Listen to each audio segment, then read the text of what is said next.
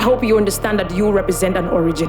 You aren't just some duplicates fusioned into a zygote and an embryo just to become a little human passing through planet Earth. No, you are an origin originally to begin a beginning that has not been begun by any beginner. My name is Victoria Ojay. I am a graduate of Yaba College of Technology. I studied hospitality management, and I'm also a spoken word poet. A girl born in the family of 4, and I'm the last to be precise, last born. And my father used to be a pastor before he died.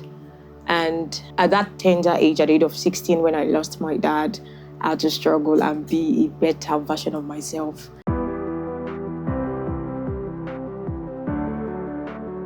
At 16, I'd always loved writing, but I didn't know what platform would help me really expatiate that. And then I just go to church, and after service, I'm always running off. So there was this friend of mine, because I attended MFM, there's this friend of mine that said, Victoria, I know you write, and sometimes you rap and do music. So why not inculcate it in something useful for God? And even that period, life wasn't funny. So I was like, I had no choice but to hold on to God in any way I can or any way I could. And from there, Bolu, that's his name, he dragged me to Writers Club and told me that, okay, Victoria, you see, you need to be part of this because I know it's something that you really love to do. And then I just joined just for cruise. But along the way, I was like, okay, I met a couple of powerful people that they saw what I didn't see in myself, that I didn't really see. They saw it in me. So every time I speak, they're like, Victoria, you sound different. You don't sound like every other poet that we know. You sound different. I'm like, me? I don't know. But these are the people that have been really helping me. And then my church still helped me become this version of the Victoria Ojay that you are seeing today.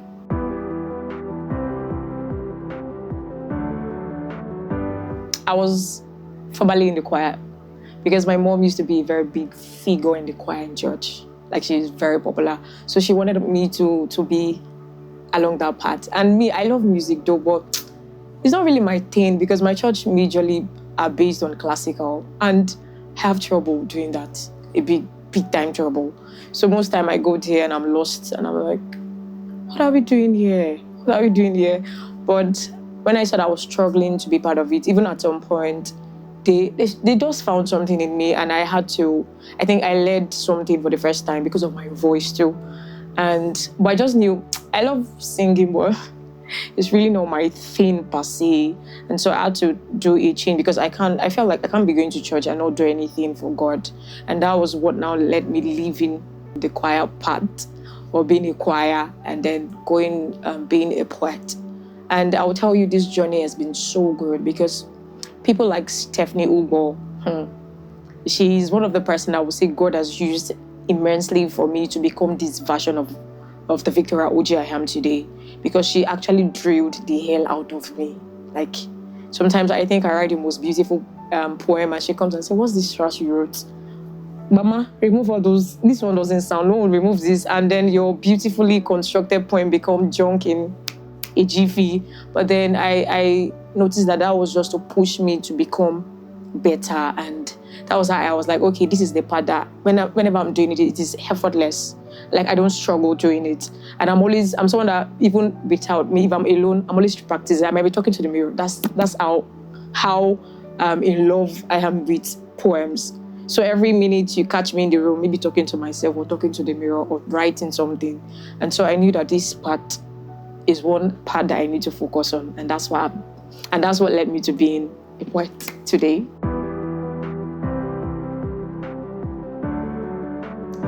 There are so many, when I say so many phases in my life that was really difficult.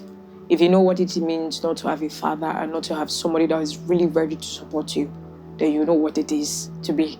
So during those phases, it was just me. I was just like, at some point I wanted to even give up because I didn't know who to look up to. I didn't know who to be like. I didn't know who to, because you can write the most beautiful poem, but even when you don't have people to inspire you, your poem can just die where they are, just die in your books. But then at that phase, there are times that writers have, is it blockhead? They call it blockhead, where you struggle to write anything. But then with the help of the Holy Spirit, no. There are times I have to go into the prayer room and say, Holy Spirit, I have to write something, and I have to write it. And then it just comes effortlessly.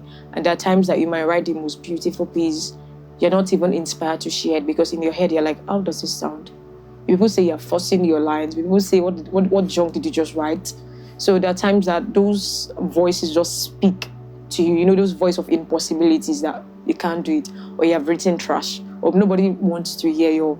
But it takes only if you become a friend of God and then you partner with the Holy Spirit and then you see the Holy Spirit first before anybody. That way, that was one of the things that gave me, let's say, the courage to come through every phase, every obstacle that I go through, or that I went through rather. So that was just it basically. So I would tell anyone to subscribe to the channel of the Holy Spirit, literally.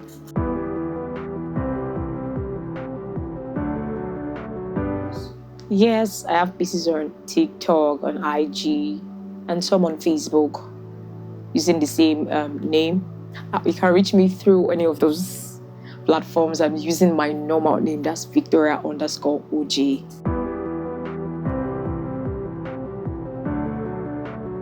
I feel energized right now. I feel happy, absolutely happy. Like there was someone that actually saw this and said, okay, partner with Waffrika Studio.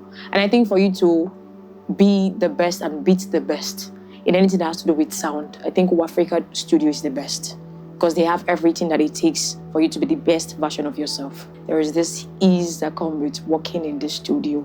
There is this peace that it comes with, and there is this intense joy. I don't know who their personnels are, maybe from heaven, I don't know, but this is not really head-like, and I really say big thank you to them. I hope your definition of origin isn't following roots to taste the root of a looks or following crooks rolling out to shout back to my hood.